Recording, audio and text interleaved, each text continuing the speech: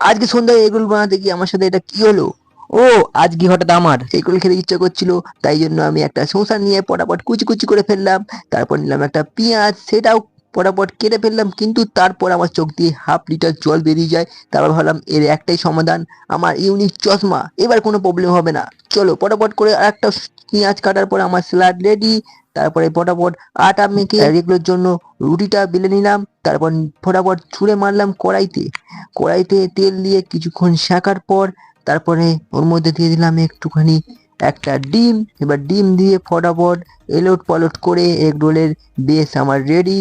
এবারে এগ রোলটা আমাকে তৈরি করতে হবে, তাই জন্য ফটাফট করে সবকিছু সাজিয়ে নিলাম, সস, স্যালাডটা, তারপরে লঙ্কা, সবকিছু রেডি। এবার হচ্ছে এগুলো বানাতে হবে, তাই ফটাফট এগুলো একটার পর একটা বানানোর জন্য সবকিছু দিয়ে দিলাম। আর সবকিছু দেওয়ার পর এগ রোল ফাইনালি রেডি হয়ে গেছে।